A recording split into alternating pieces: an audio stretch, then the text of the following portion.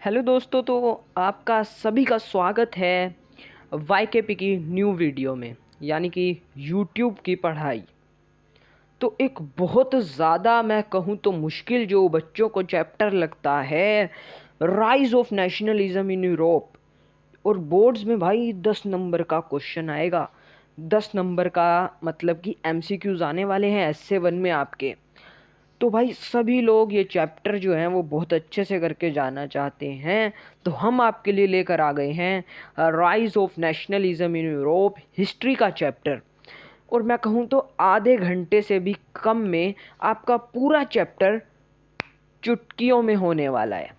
तो मैं यही कहूँगा, वीडियो को एंड तक देखें और वीडियो अच्छी लगे तो लाइक करें और अच्छी ना लगे तो डिसलाइक भी करें।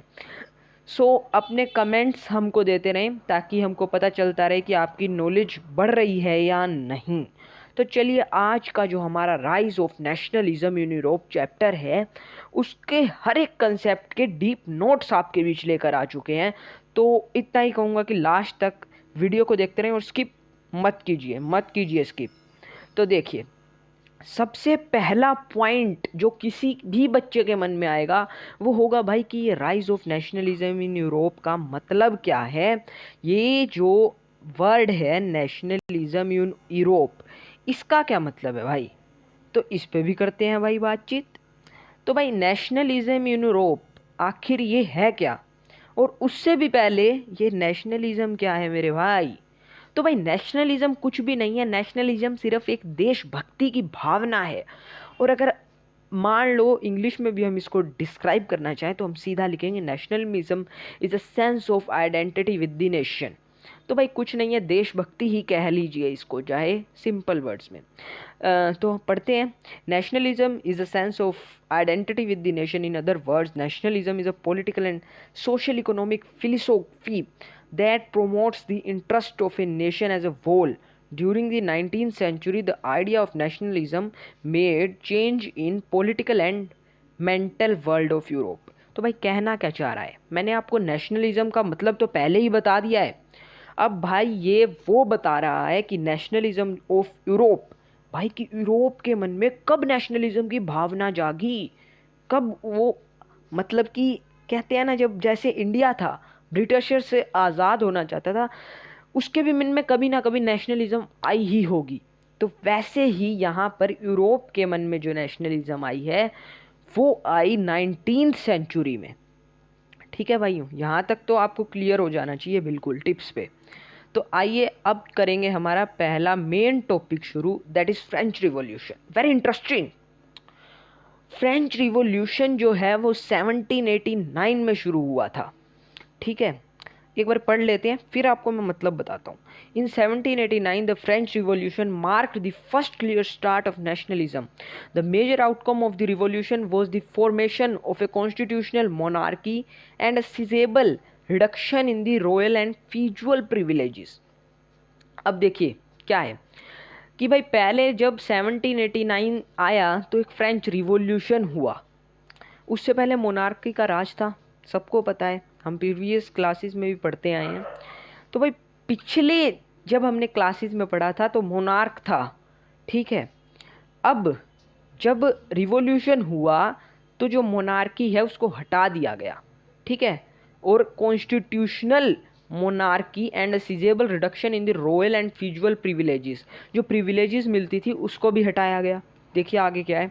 It paid the way for the achievement of bigger goals of national identity and national pride where can be applied called nationalism। ये तो भाई हम पढ़ाए, इसमें कुछ वो भी नहीं है। अगला पॉइंट देखिए। The French revolution produced a famous historic personality and A warrior cold Napoleon Bonaparte. भाई बहुत, मैं कहता हूँ बहुत ज़्यादा, ये जो नाम है बहुत ज़्यादा इम्पोर्टेंट है। कौन है ये नेपोलियन?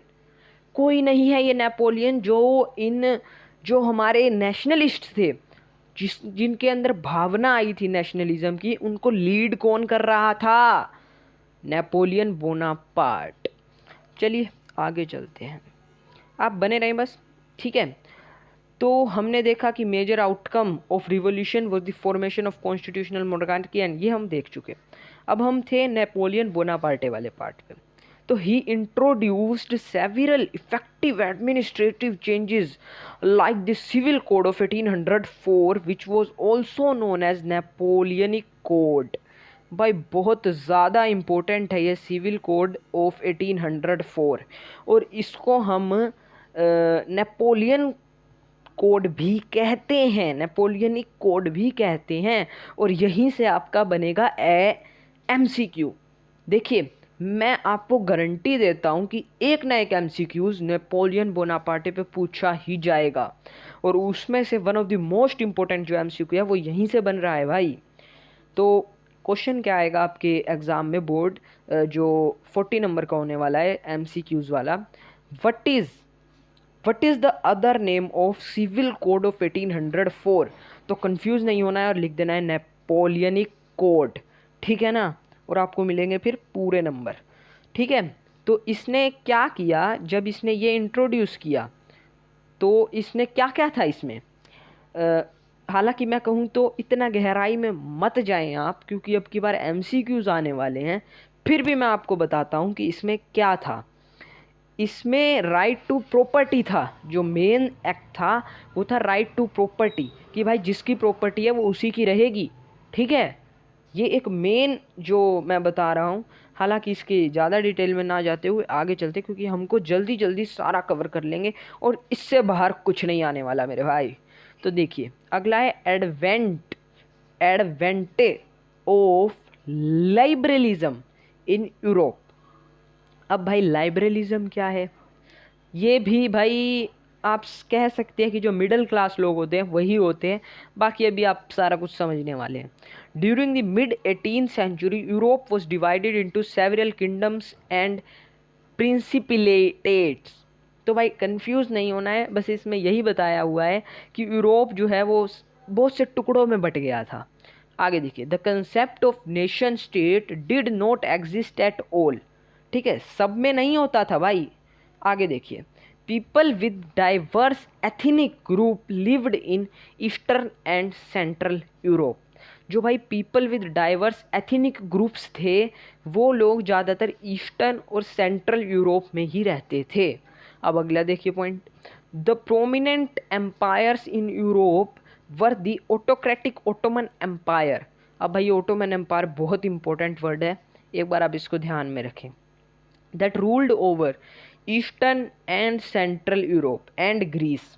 अब भाई ये बता रहा है कि ओटोमन